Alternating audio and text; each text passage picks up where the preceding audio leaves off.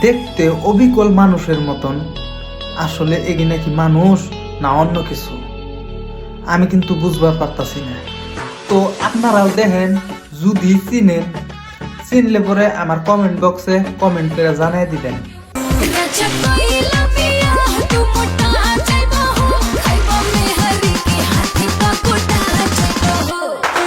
চিনবার পারুন নাই তাই না?